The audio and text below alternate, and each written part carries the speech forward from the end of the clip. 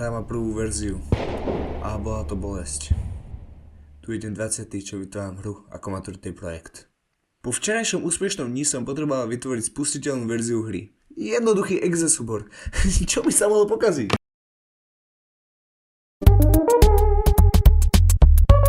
Ako je možné, že mám prísť do programu, ktorý som sám napísal? Po dlhom skúmaní som zistil, že to všetko robil antivírus, ktorý ma chcel ochrániť. Ja som celé natešený spustil hru a prečo nefunguje building systém? Dobre, fakt po hodine hľadania problému som zistil, že to všetko robili scriptable objekty, ktoré ani neviem, čo na nich bolo zlé, ale vymazal som ich a vytvoril znova a funguje to. Takže áno, moja hra má prvú verziu, ale bola to bolesť. Sledujte moje trápenie aj naďalej, nech to nie som sám. Čaute.